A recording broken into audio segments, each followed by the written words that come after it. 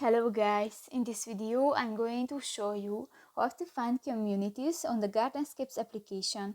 But first of all, I just want to mention, please don't forget to subscribe to our channel, because at 100,000 subscribers we are going to show you our YouTube revenue statistics and growth strategy of to make money online. So let's jump into it. First of all, open the application on your device. This will take 5 minutes when the application is uploading.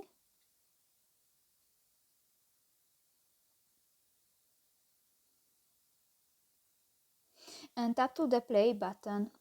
Go to the settings icon at the upper right corner of the screen and click to the community button next to the news option. And here you can check the communities on different social media platforms. And just select one and click to the go button and done. So that's pretty much it for this video, guys. See you in the next one. Bye bye.